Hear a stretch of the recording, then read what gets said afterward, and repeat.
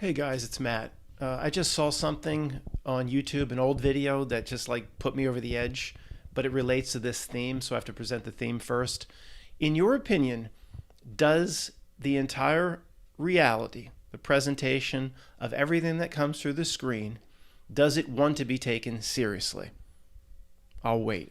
Of course, I think everybody that's watching, well, people that would be stumbling upon this would be like, what are you even talking about?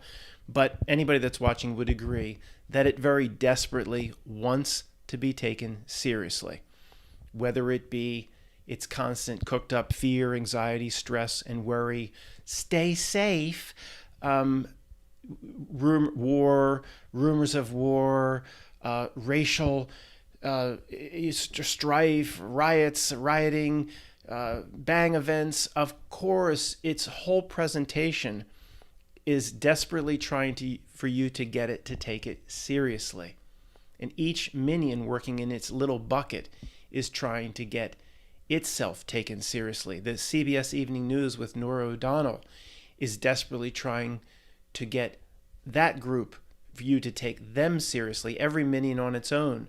What Mark Zuckerberg does, and I know every once in a while, per maybe for whatever reason, they have to insert little clown events like the what was it, the grilling of meats, things like that. And we'll talk about that later. But overall, it wants to be taken seriously. Of course, I know there are inflated tires and things like that from time to time. We'll talk about why that stuff and the grilling of meats that has to be, and Sweet Baby Ray's, and he has to mention, Zuck the Borg has to mention stuff like that. But overall, we would agree it wants to be taken seriously. So based on that, how should we deal with it?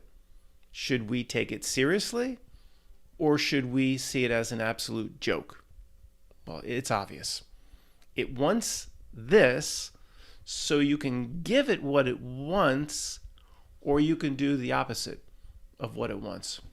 And there's just one little thing, I'm staring at the freeze frame of it now, put me over the top in terms of why I wanted to make this presentation. So let me just get into what the small little straw that eventually broke the back of the camel was. And it's not a big deal, so I'll be very, very quick.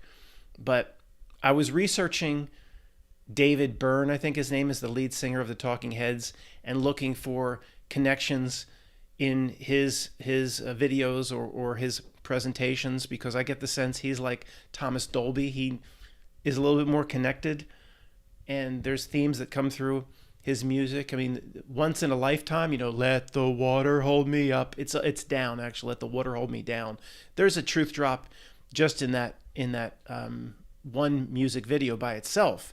So I'm looking for common themes. Again, why am I doing this? Based on the presentation here, a waste of time. Based on prior presentations from me, a waste of time. But off to the right, the recommended is Gary Newman, Cars. Now, I guess if you're under 40, you might be aware of this song, but you have to be pretty old to remember it. Late 70s. I had it on a K-Tel album. They didn't even have mixed tapes back then. You'd buy an album that was a mix album. This Gary Newman, Cars. Many of you have heard it. Here in my cars, I go lock on my doors, and I can. It's terrible. I mean, it's catchy, whatever. It's not a great song. On the way there in cars, do do do do do. That song. So I'm like, oh, crap. Look at this, Gary Newman. I'm gonna click on it. Oh yeah, I remember this video before. I think it was before we got MTV. I saw this video. They play videos on a certain show on Saturday, and I'm watching it. In the first, 20 seconds or so, he steps inside of a giant glowing pyramid, and it has a. They illuminate the capstone more later when the drummer gets in, but there's the capstones illuminated, and I'm just at this point, I'm just for fun going, oh wow, I remember this song, and the first 20 seconds. Here we go again. Hear it, and anybody trying to yell at me would be right. Matt, did you expect something else? I hear you. But in this case, it wasn't expected for some reason. In this case, my mindset wasn't like conspiracy research or the next video. I was just kind of watching, and I went, oh, here we go again. I agree with you. We shouldn't expect anything else at this point. If I go back and watch an old Sigmund the Sea Monster, something's probably going to pop up in Sigmund the Sea Monster. HR, puffin stuff, da da da da da. It's probably there. It's everywhere. It's definitely in Land of the Lost. Holy crap. There are some high-level presentations with the, high-level concepts in Land of the Lost. Portals and, evolved slee stacks that come from the past. They were more evolved in the past. They're devolving. I mean, it's everywhere. It's everywhere. But the Gary Newman thing, it just kind of broke me. And I went, this reality doesn't deserve to be taken seriously anymore. I'm not going to do it. If you want to take it seriously, go ahead. I'm going to make fun of it more than I do. I'm going to use comedy as much as I can. I'm not going to take it seriously anymore. And what I mean, and you know what I mean, in this truth community, what are still most people doing? I think they're doing exactly what it wants. They're looking at connections like I started to do with the David Byrne videos. And they're looking at symbolism, and they're looking at esoteric meanings, and they're looking at this and this. It's all so, I think even if you are exposing it at that level, I think it's almost like if you're taking it seriously, then it's just fine. It's fine with what you're doing or what you're pursuing. And it just gets down to it really gets down to the My Cousin Vinny 2 YOUTs. It's very simple. You have a choice in front of you. There are 2 YOUTs. A what? Did you say a YOUT? I'm sorry, youths. There are 2 yous. It's this simple. You can go towards one or you can go towards the other. You can go towards the one that society wants to say is you, with your real name given on your birth certificate, with your foot sole print, and your straw man, and your legal fiction. And you can move towards that YOUT, what society wants you to be, the standards of what society says is successful, how you should act, what you should think is important, how you identify. Of course, that YOUT is just, all it does is get closer and closer to this material plane. All it does is cut its own spiritual ties, potentially Horcruxes itself off. We've been over this. The other YOUT you can choose is the authentic YOUT, or you. Relates back to the Bagger Vance. Talk about that truth drop again. One true authentic swing. Everybody, Bagger Vance says to Matt Damon playing himself, everybody inside him has one authentic swing. It's trying to get out. If we can just get out of the way of it. Bagger Vance is not about golf. It's about life. Incredible movie. And there's the authentic YOUT that realizes it's much more than this, where you turn on Gary Newman, he steps into a pyramid. And the authentic YOUT has a spiritual sense about it, has a certain connection that this is just one tiny, tiny part of a much greater whole. And it's very simple. It's very simple. The entire reality through its culture and society is geared from A to Z, soup to nuts. It's geared so you identify with the wrong YOUT. It's pretty much that simple. And once you see what it's trying to do, then the only alternative, the only sane thing to do is to try to reject everything society wants you to identify with, even your own straw man and your legal fiction name and in all caps, etc. Try to cut ties with that and develop the authentic or understand the authentic self as much as possible. It's pretty much that simple. And for me, one of the ways to do it is to, or maybe one of the only ways to do it, is to see that the whole way the reality in society is structured is an absolute joke. It's an absolute joke that doesn't deserve to be taken seriously. See, if you're what is most of the truth community doing, or those that make conspiracy videos? They're still looking at everything with the utmost seriousness. They're still saying, oh, look at this meeting between Boris Johnson, and oh, look at that secret symbol and the handshake and the this and that, and it's just it's I think if you're at that level and you're analyzing, at least the people that are analyzing that at that level are not drifters. They're not just going through life thinking everything is just normal in the world and it's the best a modern society can do. Those people at least see that something is very wrong and rotten in the state of Denmark. But I think those, or whatever creature, whatever it is, will never figure out the police lineup that stands behind the screen, is just fine with people at that level, because you're still breathing life into it. You're still taking it seriously and analyzing it and trying to make connections, basically like I was doing this morning. I'll fall back into it. My whole thing is to get students from 9th grade through 12th grade to finally see that once you go through these exercises over and over again, and you see over and over and over again that nothing adds up and nothing could possibly pull this off, and nothing is very real in terms of what authority says it is. And once you do this enough, you kind of say, I'm not going to do this anymore. I've seen enough. I've had enough. But, you have to choose the right YOUT.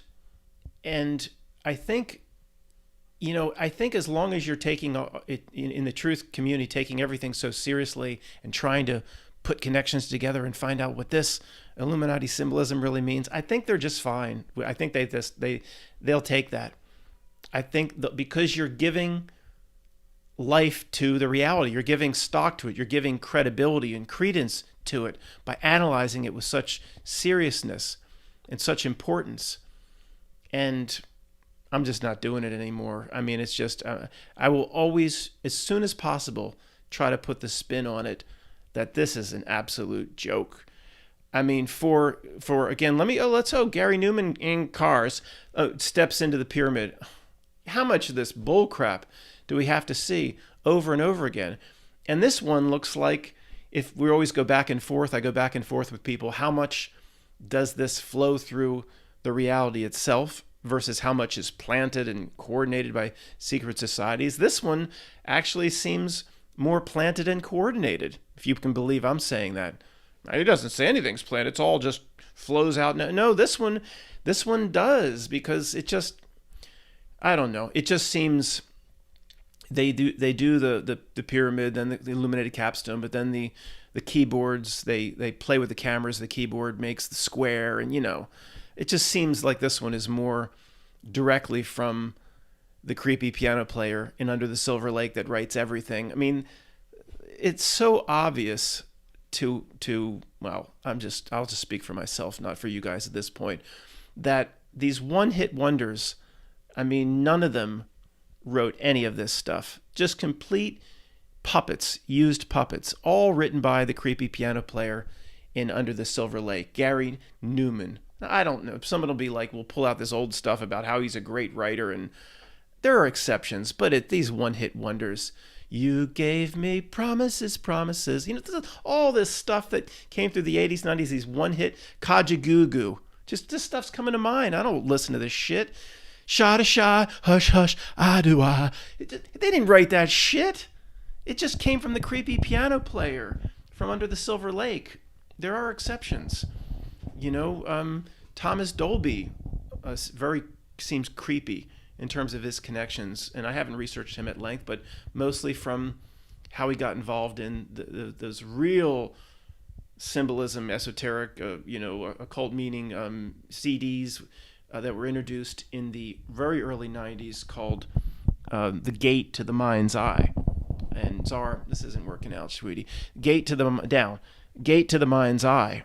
And I'm going to go through that sometime on Free Voice. It's just riddled. Matt, you're going to go back to the symbolism? I gotta keep, I cater to the 9th through 12th graders that have to reach a breaking point. So they see, wait, I've seen this so many times, I'm not going to do it anymore. I'm going to walk away. Exactly. But I'm here, the high school teacher keeps coming back to class, He doesn't come into the next, after his first year, and say, I'm not teaching this again. I taught this shit. No, it's a new class. They need help. If you're ready to graduate, I don't want to lose you, but graduate. This is my role. I'm not well read enough to break down the highest level of esoteric occult, the stuff that Levette will dive into, which he has a zip drive of 10,000 occult works or something. I mean, I don't read. I can read, but I don't do that. It's just not what, people will send me something they've written up about their take on reality, and I can't even understand it. I'm not dyslexic. I'm not Forrest Gump, but it just doesn't. I need it at a very. I've told Steffers, who I said I just need it at a very basic level. What I do is I observe. I can take, maybe this is why I can just throw out a movie line here quick, or remember how this worked in this presentation from the screen, and kind of put everything together. I just observe the whole and how all the pieces work together through its presentation to get a human being to do something, to make certain choices, to root to it, to attach to it, to lose an idea of who they are, lose the idea of or the picture of who they are or what they should be authentically. Bagger Vance, it's not about golf, it's about life.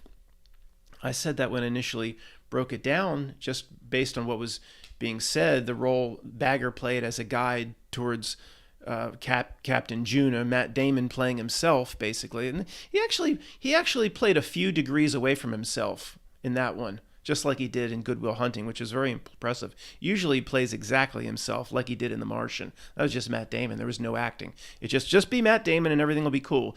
So, and then Howdy McCoskey came out and said, this is the Bhagavad Gita. I didn't even know.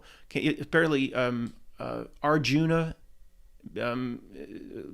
being taught by Krishna, I guess. Arjuna. I don't know the Bhagavad Gita. I'm probably not pronouncing it right. But I'm like, oh yeah. That Howdy says that's why it's called Captain. He's called Captain Juna. Matt Damon playing himself. I had no idea. But you can get a sense that this is huge truth drop, and what's related to what is being talked about here today is something about Bagger Vance I've never even talked about before. The one true authentic swing. Bagger talks to Hardy. They're walking the course at night. A great caddy walks the course off and remembers the distances and yard markers and distances to sand traps and all that. And little Hardy and Bagger Vance says, do you think Captain Juna has a chance, Bagger? And Will Smith, as Bagger Vance, says, if he can remember his one true authentic swing. And Hardy's like, authentic? It's like, yeah, if he can, everybody has a natural swing that wants to get out, that's trying to get out. And he says, we just have to get out of the way of it. We have to stop doubting ourselves. He says, with all the wouldas and couldas and shouldas, and remembering all the bad shots, and remembering I was told to keep my elbow in, and all that technical crap. He's just saying, no, if his authentic swing, his natural self comes out, he can win. I mean, that's a truth drop in Bagger Vance, something it's just littered with truth drop. I've never talked about that one before, but it seems absolutely relevant here, because you have, the two Utes. Are you going to pick can you identify with your one true authentic swing, one true authentic self? And, will you go towards that Ute, or will you go towards exactly what society wants you to be? And, does the senior partner in the law firm on their deathbed, do they get a sense a second or two or 10 minutes before the death? Do they get a sense that this is, I have the two beach homes, and I have the two Mercedes S-classes, and I have the $5.5 million in the bank, and I have the status, and I was written up here and written up there. Do they get a sense that this was just not what they're supposed to be doing here? Do you think they get a sense going into their death? It's the same scenario that I talked about No, it wasn't in the book. I guess it was just a video, or a video that I wrote out about a year or two ago, about if you're out on its field and you're thinking that this is just what life is, you're playing by its rules and dealing with its referees, and you're on its field, and you look up, and just like the senior partner at the law firm with the beach homes and the accolades and the success, and inducted into the Hall of Fame, and if you've received all its accolades and awards and identified with that YOUT, you've gone towards what it wants you to go down, and identify with your straw man of legal fiction of all caps, first name, all caps, last name, and you look up on the scoreboard and you say, look, I'm winning. You know what I'm going to do? I'm winning. I've won. Look at the score. But you're on its field. You've played its game. You've won its game. But see, it's when you play its game and you win, you a loser. You a like 3 strikes in California. You a loser. You know? I mean, it's that simple. You played its game your whole life. Not you, of course, but you've identified, or somebody you could say, you've identified with that YOUT, that the 2 YOUTs that it wants you to be, and you've attached to it. You've probably made contract with it. This is why I go back and forth with people that will come to me. A few people come to me and say, once you truly realize who you are and the powerful nature of yourself, there's no consequence. There's no consequence here at all. I'm still at the point where I think there is consequence to making certain decisions, or going towards that YOUT, to identifying with it and saying, that's who I am. I think there is consequence. And the main reason I've always put forth that there is consequence to this reality, and I know we have to be careful. Matt, if you say there's consequence and you believe it, you will take that into death. I know we have to be careful there in terms of manifest intention and all that, but we'll talk about that later. It's just because they work so hard. You know, one of the greatest reveals in all of reality, I've talked about many times over the years, is how hard they work. They work so hard to get all the rats to go in this direction, and then they put the cheese up and the rats go, and all the population goes in this. They work so hard.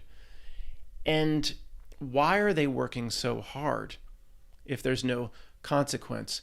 Now, the only potential answer there, if I'm presenting the side of the people that say there is no consequence to anything, they would even say, many of these people would say, even to taking the action or renting the Action Jackson movie, once you realize the true powerful nature of who you are, there's no that's what they say. I don't believe. I think there is consequence in actions and choice, and getting closer to this YOUT and ignoring the YOUT that makes ties with spiritual self and connections to higher self, or things that aren't here in this snow globe, like consciousness. You know, I think most of science still would say consciousness is generated in the brain, you know, which is absolutely ridiculous to me. It's just a way to interface. Was it like Interface, the series, a way to interface with this place, the brain, where consciousness probably, or an aspect of it, is somewhere else. But, you know, which YOUT are you going to get closer to? And they work so hard to get you to identify with this one. That leads me to believe, you know, there is consequence. And what I was saying is, if I was taking the position, you know, the counter position, the people that I share emails with, they probably would say, well, they work hard, Matt, to get you into a certain state, to get you to believe certain things, to get you to covet certain things, and put certain things to the forefront, and get you to forget who you really are. They work so hard because it's a loosh farm, and they're harnessing your energy. You're putting out negative frequencies into the ether, like stress, anxiety, and worry, and something feeds from that. And that's why they work so hard, Matt. They need one sustenance from it, and they also potentially need you and other real people to create this reality, to mold it the way that they want. So of course they're going to work hard, and that there's merit to that, but I don't think it explains all of it as to why they work so hard for people to completely not to forget who they really are, or that other YOUT that's ignored. Most people, they don't even think to even go there. You know, we at least see there's a struggle between 2 doors, like a cheap ass game show, door number 1 and door number 2. Most people, the guy down the cul-de-sac in the Aunt Jenny, they don't even see that there's another door or another option. Well, life is what it is. you do your best. You know, if you can take the awards and accolades it can give you, like a Nobel Prize or a, local Kiwanis Club Hall of Fame, you take it. And there is no other option. You just do. They don't even see the other options. That's what's, so why is it through its minions, working so hard to get you to make certain choices? If it just doesn't matter, the choices here in life don't matter. I'm gonna, and even if I didn't believe that, I'm gonna err on that side, because what am I gonna do different? I'm gonna err on that side for two reasons. One is, if the consequence to be wrong, I'd rather err on the side that there could be consequence, because what if you're wrong? Are you really giving pieces of yourself away? There's huge consequences if you're wrong. But what was the other reason to take? Oh, the other reason to take that side is because what am I going to do differently? I'm not going to live my life any differently. In other words, if somebody would email me and say, there is no, once you understand the powerful, immortal nature of who you are, and that this is just a stop along the way, there's no consequence. And we'll go back and forth relating to, say, the renting of the Jacksonation movie. And, I would say that, well, I'm not going to live my life any differently. What am I going to, if I come onto your team and I come across and say, yeah, I'm with you now, there's no consequence. They can't take any real piece of me. My higher self is in control. Like, I can't give pieces of myself away. What am I going to do? Am I just going to go run wild, have party up and down South Street, do reckless illegal drugs, get into all these different situations? I'm not going to do anything differently anyway. I want to live my life in a certain way. I know I'm a recluse, and people are like, come out and do this, Matt, and I don't do a damn thing. But it's not going to change anything anyway. I don't know. That didn't make a lot of sense, but whatever. How long have I been talking? Sometimes you just, some things come out right, sometimes they don't. So the main part, or the main theme here, guys, is not just the two youths is something we've, which one do you identify with, but more importantly for this video is it wants to be taken seriously at every turn. And I'm just, none of us should do it anymore. And it's a joke, and we should treat it as such. And I would think treating it as such is getting rid of attachments. It's completely goes hand in hand with attachment if you are taking it so seriously.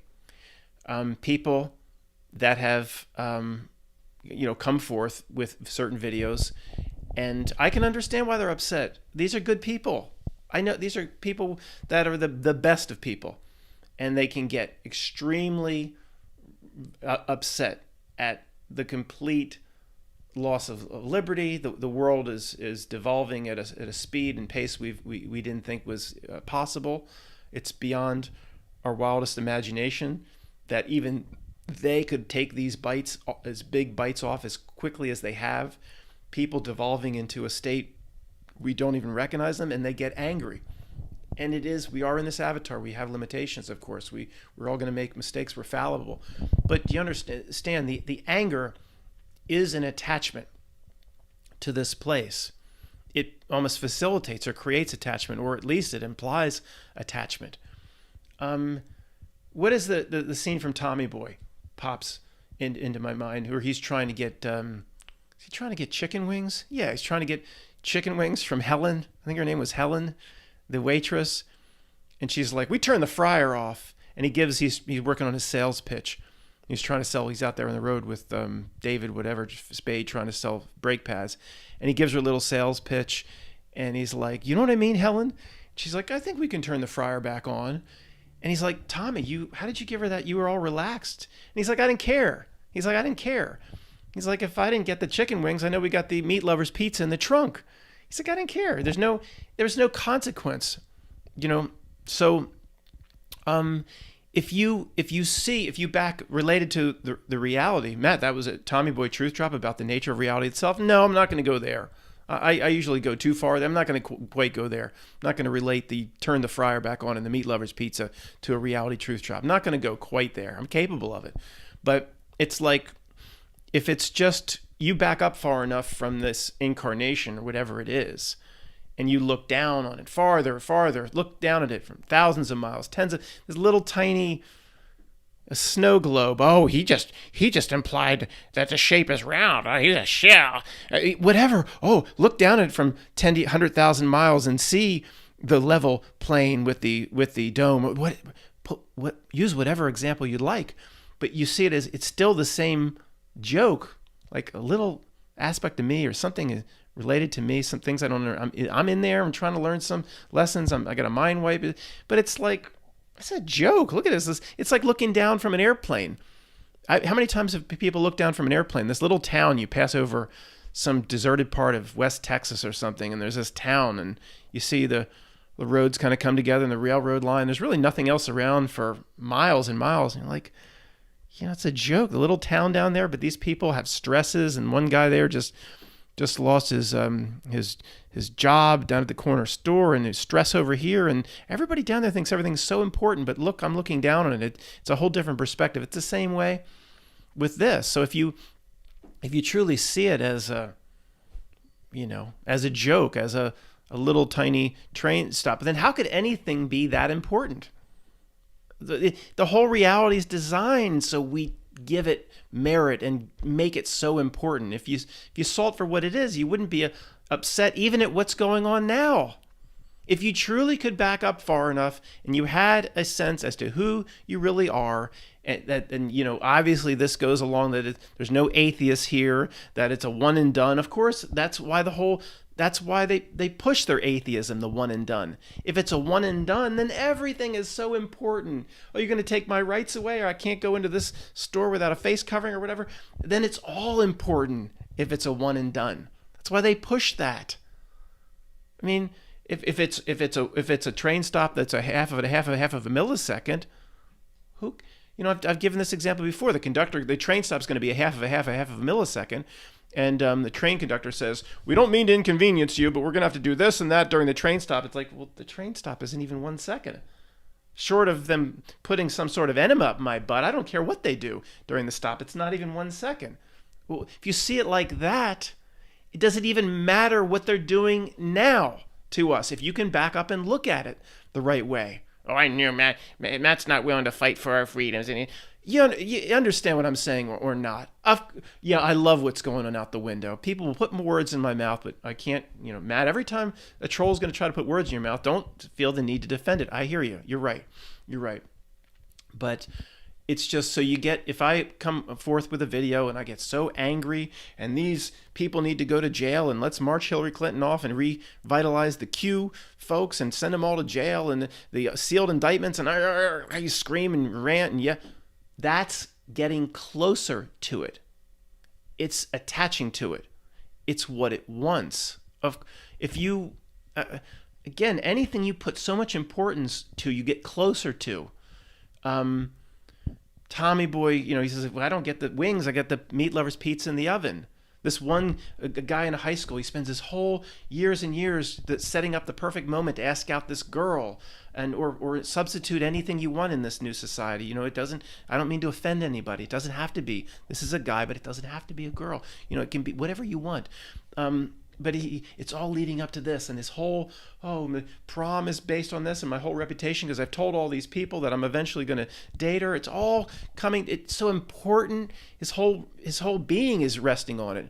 Where it's like some other high school kid like, I don't have no prom date, whatever. Just go down there and ask Mary Sue, whatever. I don't know. And he doesn't care about her. He doesn't care about these stupid, keeping up with the Joneses of his high school. And if Mary Sue says no, he don't give a crap. He's just going to go around the corner and ask Peggy Sue. He don't give a shit. He's not attached to it. He's not rooting to it. He's not making it part of his he just doesn't care. And I'm not saying that's not good either, to completely not care. If we don't care about anything, Matt, why should we help the little old woman across the street that needs help? You understand what I'm saying.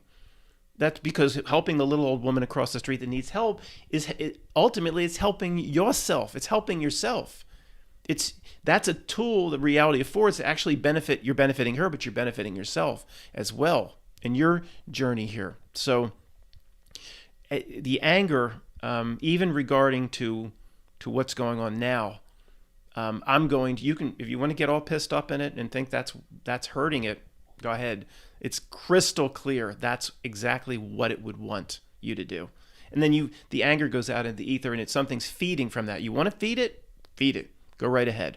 I don't like it, but what are my options? My only option, the way I see it, is to laugh at it, to take power away from it, to make it into a comedy, to make it into a joke, to remove its power, to cut its strings, to cut its legs out whenever I can. Ultimately, at the end of the day, if I see a few 100,000 people taking to the streets in London, do I like that? Yeah, I like that. If it's done in the right way. I'm not saying to sit around and be complete, pacifist. Like Terrence Mann's about to beat Kevin Costner in Field of Dreams. He's like, "You can't hit me. You're a pacifist." He's like, "Damn it, I am." And he throws the baseball bat down. I'm not talking about that. I don't know if Kevin Costner breaks into your house, he says there's a gun in his pocket. He probably deserves to be beaten. It's okay, but Terrence Mann didn't run him down on the street and get in the back of his van and beat him like Buffalo Bill, asking that girl to help him, the senator's daughter, to help him move that big couch into the back of his van. Kevin Costner invaded his place. So I'm not saying sometimes there is a time to push back, or to punch back, but we should never lead with that. That's what it would want for the most part. And what if there's another option? What's the opposite of anger? Making fun of it, bringing characters forth like Jessup, Thanos, and Kid Charlemagne, and trying to make if people don't laugh at that, laugh at me, because we need a laugh. But based on, you're gonna do all this based on a Gary Newman video. Well, I'm trying to do it now. I'm just saying this really broke me this morning. I didn't expect that. I just was like, one more bit of symbolism. I know in this case it probably was planned. In some cases it is mockery. But if you've been looking at this stuff for 10 years or more, and you have thousands of examples of the symbolism, of the eye, of the handshakes, of the predictive programming, of just with the 7-Eleven job application event by itself, there's hundreds and hundreds of predictive programming. You've seen enough where it's not secret societies just doing everything and running around. Somehow this reality itself sees to this stuff through its minions. It uses its minions. Most of the minions, the more I reflect on it, the more I don't even think they even understand how they're being used. Even a guy like Melvin P. I bet he doesn't have a full understanding, in my opinion, as to how whatever the screen is or stands behind the screen is using him. He understands he was probably put into that position a long, long time ago to make a lot of money, to be a champion for technology, and the billions flowed, and now his role continues because these guys can never get out of it. Once it starts, it can never stop. That's why Mick Jagger can never get off stage. Maybe, again, if he can't walk, it would be kind of ridiculous for them to, him to say, "Start me up," and they wheel him out, start up his electric wheelchair, and it'll never stop. I mean, then that's a little ridiculous. At some point, they say, well, we want these guys to go forever, but Warren Buffett, never can get out. We want these guys to go forever, but if it's supposed to be a big business meeting with Warren Buffett and the Japanese prime minister, and he's just like on the desk, like he can't even sit up, then it becomes, at some point, I guess they have to put him out for the pasture just because they can't stand up anymore. But until that time, they can't get out. It's proven over and over and over again. They don't. Is anybody have one example for the comments where somebody top of their game in terms of music or fame or movie stars or big moguls in business just be like, I've done enough, maybe Jack Welch isn't a great example. We're just talking about a CEO here of GE, and even then he's on CNBC, he's writing books. See, it's still not out. It's still, maybe he went to, no, I don't, he's a creep. He's an absolute creep. But somebody else might have tried to exit the Dragon's Wing, under the Dragon's Wing, and these guards pop. I didn't realize there were guards here. And oh yeah, there's guards here. You were trying to leave on the Dragon's Wing? Yeah, I've done enough. No, you don't understand. Nobody leaves. It's a roach motel. Go in. You don't go out. I mean, there's not even an appearance of going out. They'll bring back. I don't even know how many of these guys are alive or dead. Is Pete Townsend going to tour with Roger Daltrey? And these guys just keep coming around and around and around in their 70s. Glenn Fry didn't seem that old for the Eagles. He seemed like a pretty down-to-earth guy who didn't want to get that close to under the Dragon's Wing. And this is not working out with the handheld mic with Zara. Zara, you're going to have to get down, sweetie. You have to get down. Go ahead. Down. Down. Ooh, nails. Claws. Glenn Fry, he wasn't that old, was he? But is he, I don't know how he died. Some of them aren't dead. I mean, there's no question about it. Some of them aren't dead. And somebody watching this going, this guy was making a lot of sense. Now he's going to go into this. He's going to ruin everything we just watched with this ridiculous ending about a lot of the stars aren't dead. Look, I'm sorry. I'm not going to change my viewpoints up. I've observed how they do business for a long time, and there's the way these David Bowie comes to mind. I don't believe he's dead. Some of them might be ritualistically sacrificed, or but I don't believe all of them are. Some just go off to a place on the map that doesn't exist on your map, but exists on their map. And it's hard to say who, hard to say who, but do I, obviously these deaths aren't natural. That Prince didn't die in an elevator. And I mean, it's littered with symbolism, but the only thing to really question is, did he die or did he not?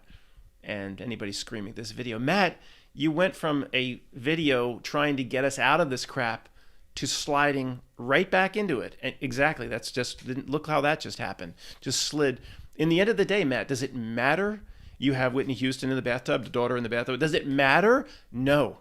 Good. I'm glad I heard the person crying out in the night to me, because what did I just stream of consciousness, just slid right back into it.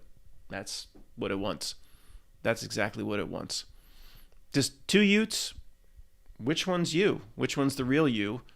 What does it do? What does it act? How does it act? What is it connected with? And then destroy the other one. Simply make it so the other Ute or what the society would ultimately want you to become, destroy it. So you don't even have a vision of it anymore.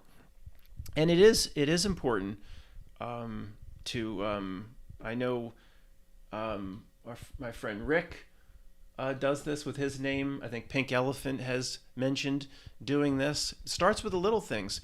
Remember, your name, Matt, is a straw man. I mean, it's not ridiculous to come up with a name for yourself. We've talked about this. I've talked about this in the past a few times as well. Like maybe a truth drop in the Dead Poets Society.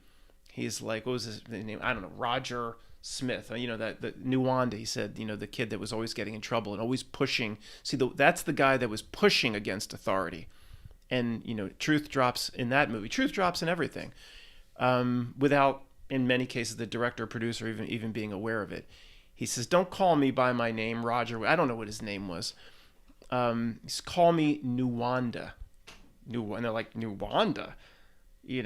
Well, I assure you, whatever, as stupid as that was, that's the kid that came out of the bathroom and he's like, it was a lightning bolt in red. He said, this is a ancient symbol of virility. He was always pushing back on authority.